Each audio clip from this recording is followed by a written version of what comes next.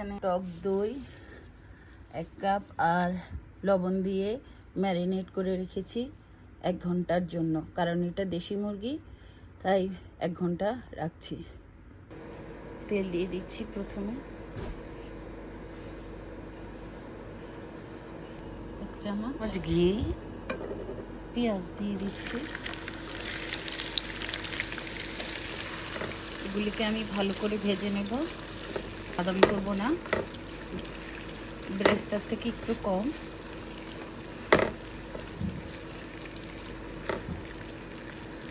চার 5টা এলাচ দিয়ে দিয়েছি, 2টো বড় এলাচ দিয়ে দিয়েছি, 3-4 টুকরা দারচিনি দিয়ে দিয়েছি, একটু তেজপাতা দিয়ে দিয়েছি, লং,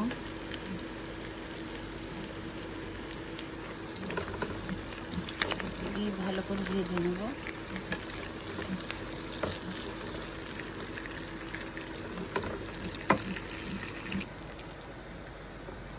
পেঁয়াজগুলি আধা ভাজা হয়ে গেছে।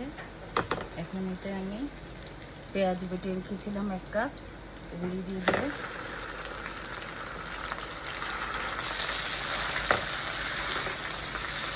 এগুলি দিয়ে ভালো করে ভেজে নেব, ভালো করে ভেজে কষিয়ে নেব যতক্ষণ পর্যন্ত এর থেকে কাঁচা ভাবটা না যায়।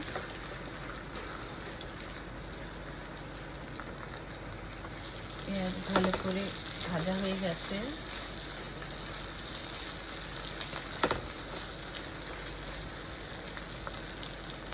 এখন আমি এতে দিয়ে দিচ্ছি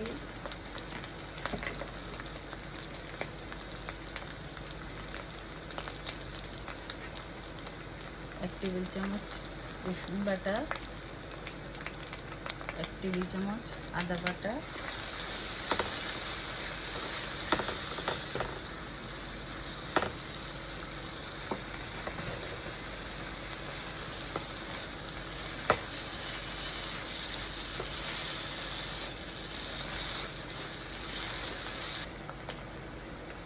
2 চা চামচ বাদাম বাটা দিয়ে দিচ্ছি এখানে, 2 চা চামচ এর একটু বেশি,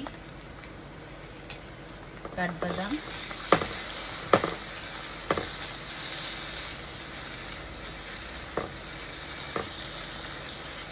4 চামচ ধনে গুঁড়া, চামচ জিরা গুঁড়া, 4 চামচ মরিচের গুঁড়ো দিয়ে দিচ্ছি।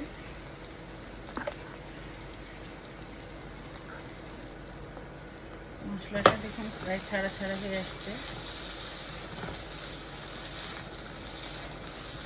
এখন এই পর্যায়ে আমি একটু দুধ দিয়ে দিচ্ছি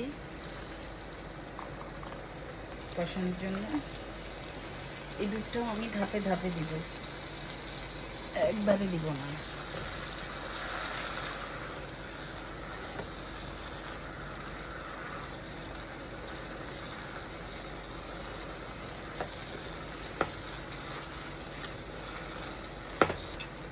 এখন আমি এখানে একটু টক দই বিট করে নিয়েছি, প্রায় 1/2 কাপের মতো,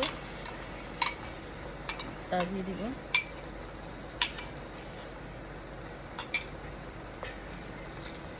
দিয়ে আবার একটু কষিয়ে নেব। দই দেওয়ার পর ঘন ঘন লাগতে হবে, তাড়াতাড়ি করে, না হয় দইটা ফেটে যাবে।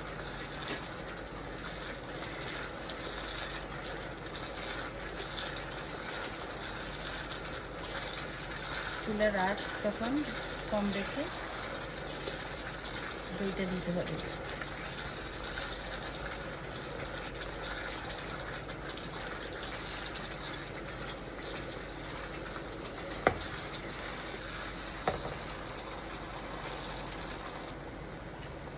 তেল উপরে উঠে আসছে।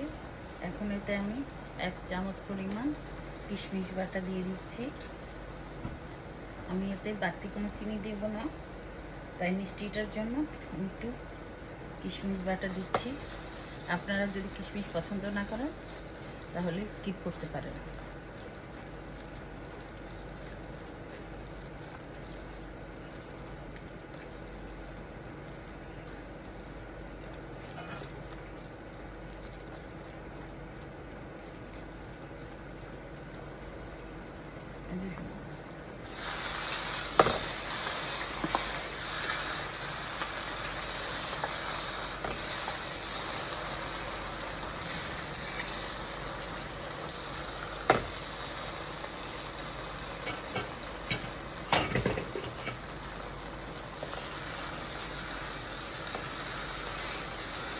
মশলাটা ভালো করে কষিয়ে আসছে, অনেকটাই স্টিকি স্টিকি হয়ে আসছে। আর একটু কষিয়ে, যত কষানো হবে তত টেস্ট বের হবে। আর একটু কষিয়ে তারপর আমি এখানে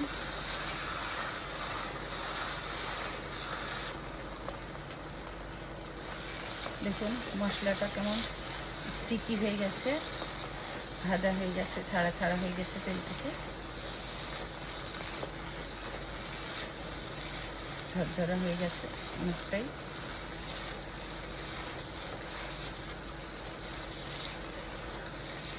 এখন আমি এখানে দই দিয়ে লবণ দিয়ে চিকেন ম্যারিনেট করে রেখেছিলাম, সেই চিকেনটাকে দিয়ে দিচ্ছি।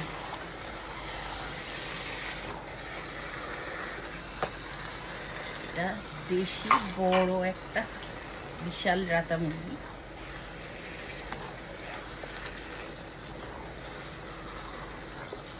সেই পুরোনো দিনের দাদি নানিদের হাতের স্বাদ পাওয়ার জন্যই এই কোরমাটা করা। এই ঈদে আপনারাও ট্রাই করবেন। ছোটোবেলায় দাদি নানিরা তো শুধু কোরমা,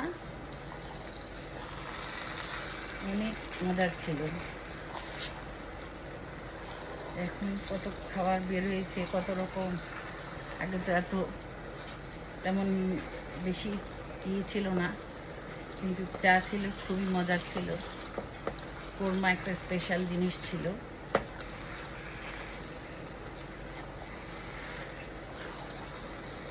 একবারই রান্না হলে আশেপাশে পুরা ঘরগুলিতেই গ্রানে মোমো করতো। সেই স্বাদ কি আর এখন আছে? যত সুন্দরী করি, যত জিনিসই দিই, সেই স্বাদ আর এখন নেই।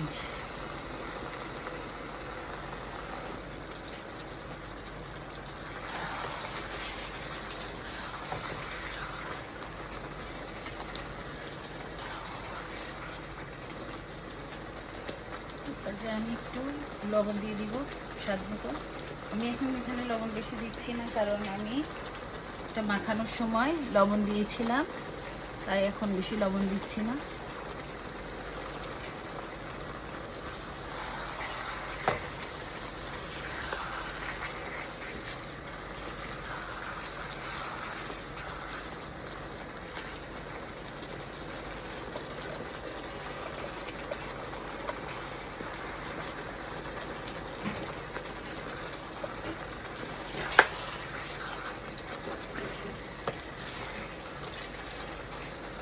কিছু বেরেস্তা দিয়ে দিব।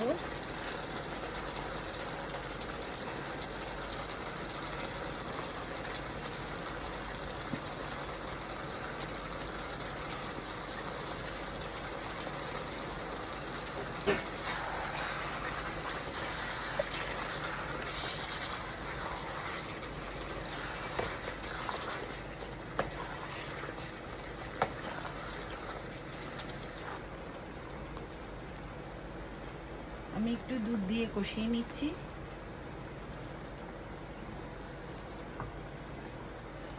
দিব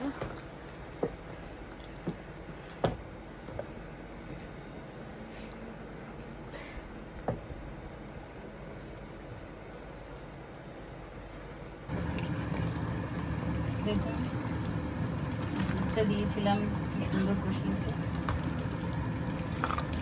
সুন্দর করে তেলগুলি করে উঠে দিচ্ছে। দিচ্ছি এটা চাল দিয়ে মাছ হবে, 1 মাছ বড়।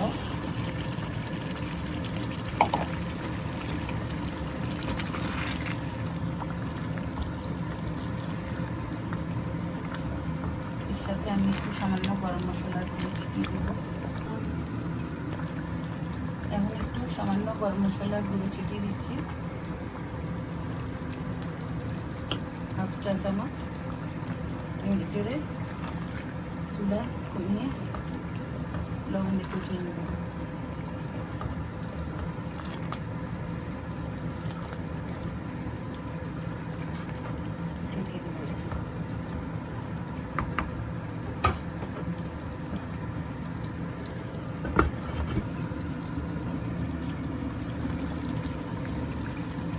ফ্লেভার আসার জন্য আমি কয়েকটা কাঁচামরিচ এমনি গোটা দিয়ে দিচ্ছি।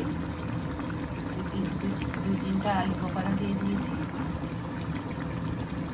একটু বাদাম কুচি ছিটে দিচ্ছি, কাঠবাদাম, একটা শাহি ফ্লেভারের জন্য।